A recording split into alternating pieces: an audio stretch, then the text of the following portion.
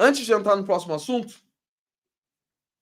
e aqui a gente fecha esse parênteses do Márcio Chagas, eu queria entrar no assunto rapidamente do Dia da Consciência Negra. Todo mundo me pergunta, Jota, qual a tua opinião do Dia da Consciência Negra e tal. Eu sou contrário. É contrário porque eu acho que tem que ser o Dia da Consciência Negra humana. Não acho que é isso. É contrário porque eu vi um vídeo do Morgan Freeman. Não acho que é isso. Primeiramente, tá? O Dia da Consciência Negra, eu vou ser bem claro aqui para vocês. Bem claro. E bem claro hoje é uma expressão que muita gente diz que é racista, tá? Mas bem claro. O Dia da Consciência Negra. Se tu tem. O que é ter uma consciência negra? E eu tô perguntando pra vocês de coração. Coloque aqui pra mim no chat. Vamos conversar, vamos interagir. O que é ter uma consciência negra? Vamos se perguntar juntos? Vamos refletir juntos? Para que a partir de hoje a gente tente destrinchar, pensando como a cabeça de quem apoia. Quais são os argumentos que a gente pode ter pro Dia da Consciência Negra? Tô tirando a roupa, vocês viram que eu tava bonitinho, né? Então agora eu vou ficar feio porque me deu calor. Quando eu me empolgo, fico com calor. Por que existe esse dia? Maldito. Me falem aqui no chat. Não vou continuar a live até alguém me falar. A gente tá numa conversa, a gente tá num diálogo. Isso aqui não é uma aula. A gente não tá num curso. A gente tá dialogando. Por que existe o Dia da Consciência Negra? Qual é a intenção de existir um Dia da Consciência Negra? Não tem que ter medo de, eu vou falar bobagem, eu vou errar. Eu quero saber a tua opinião. Já tivemos algumas respostas ali. Antes era o Dia da Consciência Negra, era o Dia de Zumbi dos Palmares. Vamos falar nele daqui a pouco. Eu acho que tudo é marketing e eu concordo. Mas a Juliana deu uma resposta que era mais na linha que eu estava perguntando. Que uma consciência negra é respeitar a cultura negra. Então vamos fazer o seguinte. O que é respeitar uma cultura negra? E vamos abrindo, vamos destrinchando. O que é respeitar uma cultura negra? O que é uma cultura negra? Eu quero fazer esse exercício com vocês. E não vou continuar a live. Pode cair a audiência, porque cai quando eu paro de falar. Pode fazer o que quiser. Mas eu tenho um compromisso com vocês para que a gente possa refletir. E se tiver hoje 100 pessoas na live até o final, mas que essas 100 pessoas reflitam comigo, eu já vou me dar satisfeito. Falta empatia. Como falta? Infelizmente não será vencer nos próximos feriado para ficar em casa. Eu concordo, Edna, eu concordo. Mas o que é uma cultura? Eu quero que vocês me falem o que é uma cultura negra. Enquanto isso, eu vou destrinchando esse tema. Porque a cultura negra hoje, vocês podem ver que ela é muito objetificada. O que é uma cultura negra? Cultura negra é o quê? É ser do candomblé? E os negros evangélicos? Eu quero lembrar para vocês que a imensa maioria dos negros hoje no Brasil, eles não são ligados à religião de matriz africana, tá? Eu sou uma salada de fruta, cara. Não tô botando o juiz de valor aqui. Eu sou tudo. Onde tem o bem, eu tô entrando. É macumba? Eu vou. Se for pro bem, eu tô. Vai cantar um louvor? Eu sei todos. Vai numa igreja evangélica? Eu beijo a mão do papo. Eu sou um cara assim. Eu sou um cara do bem. Se eu vejo que no ambiente tem bem, tem verdade, tem boa energia, eu tô lá. Mas o que é uma cultura negra? É o cara negro usando um boné à barreta, cantando um hip hop, falando contra a polícia, dizendo que ele é uma vítima da sociedade. É isso a cultura negra? Então eu não respeito. Então eu já não tenho consciência negra. É isso?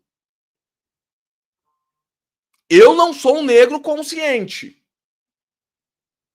Isso me torna racista? Mas se isso me torna racista, não é a própria esquerda que diz que um negro não pode ser racista, na sociedade é apenas o branco, não existe o racismo perverso, como eles falam? Ó, mandaram ali, ó. A Aninha mandou, obrigado, Ana, pela tua contribuição, um beijo pra ti. Respeitar as origens do negro. Bom, eu respeito as origens do negro. O que seria respeitar a origem do negro? Saber que o negro vem de um contexto social étnico diferente, que sofreu durante o período da escravidão e a posteriori arca com essa chaga enorme da sociedade desde o período escravocrata, e isso faz com que os negros estejam à margem dos grandes passos decisórios de poder da sociedade, eu compreendo. Se existe um feriado para que as pessoas tenham essa consciência, não precisa ter esse feriado. E eu acredito que a grande maioria das pessoas tem essa consciência. Olha, os negros passaram por um período escravocrata. Esse período escravocrata fez com que eles sofressem mais de 330 anos. E o racismo é feio, o racismo é errado, o racismo é coisa de bobalhão. Isso é ter consciência. Essa consciência negra que as pessoas têm que ter? Todo mundo tem. Então por que um feriado? Concordam comigo? Ou eu estou louco? Se o feriado é para refletir sobre a condição da população negra e a condição da população negra pudesse ser resumida a isso, todo mundo é consciente. Se todo mundo é consciente, ou muda o nome do feriado, ou não precisa ter. Num país que tem feriado demais e que grande parte da população negra está trabalhando na informalidade. E para as pessoas que são informais, não tem feriado. Trabalharam hoje. Grande parte dos negros trabalharam hoje. Ou é um feriado para gente branca? Pode ser. Eu estou levantando uma hipótese. É um feriado para que pessoas brancas tomem conhecimento sobre o que é ser negro. Mas na hora de chamar as pessoas brancas para essa discussão, ou fazem com 4 pedras na mão. Quem aí nunca ouviu algum negro de esquerda dizendo o seguinte: eu não tô aqui para ser professor de ninguém, não vou estar explicando para vocês o que é ser negro no Brasil. Eu já ouvi muita gente falando isso de uma forma agressiva. Eu não sou professor, vai saber por ti mesmo que é ser negro no Brasil, o que eu sofro. Só eu posso falar porque eu tenho lugar de fala. Você já sofreu esse tipo de discurso? Essa é a forma que se combate o racismo no Brasil, com 4 pedras na mão, com ódio, com rancor, com ressentimento, com disputa, com duelo? É assim que querem tratar a questão negra no Brasil? Eu discordo. Eu discordo. Para mim, uma das principais virtudes do Brasil é a diversidade, é a pluralidade. E veja bem, eu convivi com isso, eu sou um negro do sul do Brasil.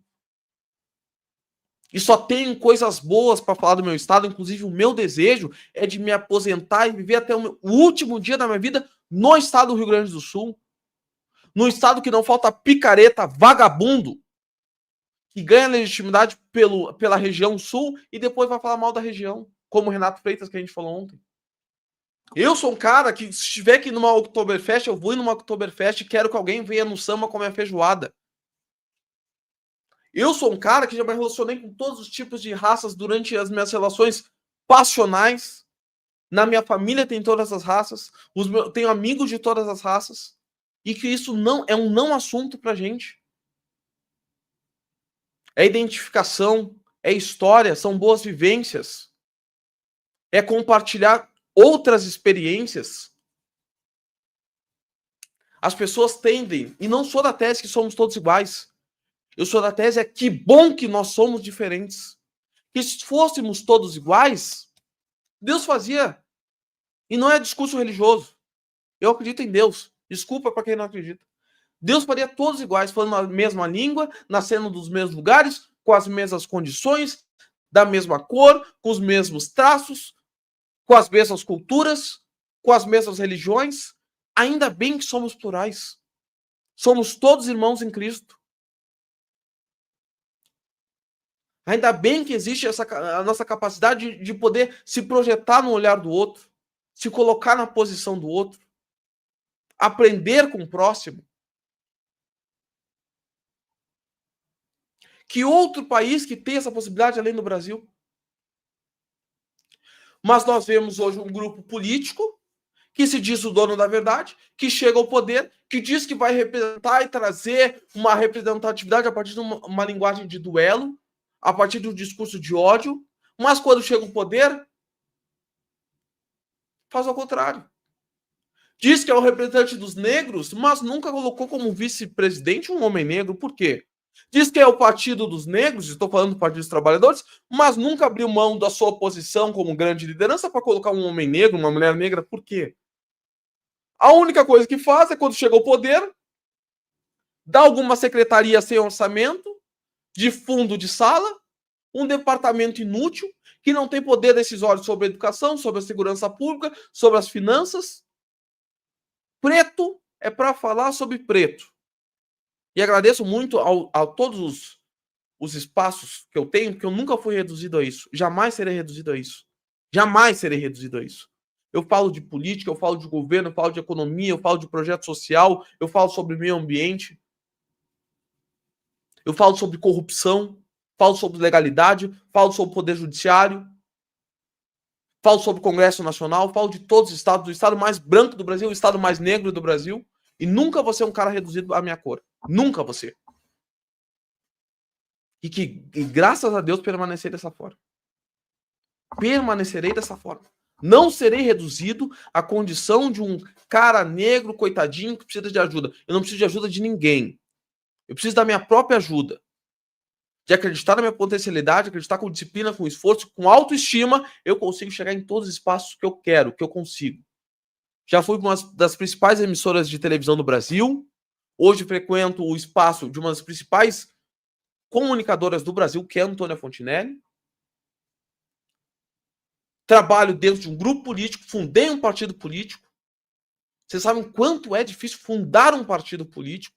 A gente precisa de 547.043 assinaturas presenciais. Eu fundei um partido político com as minhas ideias. Sabe quantos capítulos são destinados à questão racial? Nenhum. Nenhum. Sabe quantas vezes eu fui atrás pedir voto por questão racial? Nenhuma. Sabe quantas vezes eu fui pedir apoio para o meu partido em questão? Nenhuma. Sabe quantas vezes eu bati palma na frente de um trabalho e disse: olha só, dei um trabalho, uma oportunidade com um jovem negro? Nenhuma. O dia que eu for reduzido à condição de tratar a minha etnia com uma questão de muleta, me matem. E eu peço para que vocês acabem, destruam comigo. Joguem esse corte nas redes sociais. Olha só, tu falou que tu não vai fazer e hoje tu é só um neguinho. Destruam comigo. Acabem comigo. Jamais vou me reduzir dessa forma. Falando sobre o Partido dos Trabalhadores e a relação com os negros, bota o vídeo dessa mulher aí, Dudu, para nós, por favor. Gente, que papelão. Em pleno dia da consciência negra, memória de Zumbi dos Palmares e luta do movimento antirracista em pró de regulação das representatividades negras em espaços decisórios, a exemplo do STF, Lula resolveu indicar um Messias. Na certa, está querendo fazer média, né, com os neopentecostais, com a bancada, né, do racismo religioso, da intolerância religiosa. Mas eu vou dizer uma coisa, Lula, sem o voto das mulheres negras, que é o maior contingente populacional desse país, sem o apoio do movimento negro e de Xangô, o senhor não vai para lugar nenhum. Ficou muito feio. O que Xangô tem a ver com isso? Eu quero saber, porque eu tenho tatuagem de Xangô, tá? Na mão. Já fui membro de adepto de religiões de matriz africana. Hoje, particularmente, não me considero mais. Me considero mais cristão. Mas mantenho o mesmo respeito, o mesmo carinho de sempre. O que Xangô tem a ver com isso? E isso conversa muito com aquilo que nós estávamos falando. A ideia de que um homem negro é um homem negro vestido com uma roupa de característica de matriz africana, que escuta hip hop, que é um violentado pela polícia, que vive no subemprego, que é violentado dentro de casa, uma mulher negra que é subalterna, não consegue ascender socialmente na sociedade em função do racismo. Esse é o estereótipo que foi criado de um cara negro. Tem coisas que eu me identifico, tem coisas que não me identifico. Samba é atribuído à etnia negra. Eu sou apaixonado por samba. Negros geralmente são de esquerda. Eu sou um cara de direita. Tem coisas que eles se identificam, não. Assim como tem muito loirinho branco, de olho azul, criado sempre a pandeló com trabalho e suor dos pais, que hoje se diz socialista. Que hoje olha para o pai e xinga o pai, que foi que colocou comida na boca dele. E a decepção que essas entidades ditas negras têm com o governo PT é algo que eu alerto durante anos e falo. Zero empatia. Com zero empatia. Bem feito. Bem feito. Bem feito. Foram instrumentalizados e perseguem todas as pessoas que defendem diferentes, sejam negros, brancos, pardos, amarelos, vermelhos. Bem feito. Cederam todo o seu poder decisório, toda a sua agenda pública e todas as suas reivindicações para um governo que os instrumentaliza, que os domestica, que os trata como animais dentro de um cativeiro que devem ser controlados.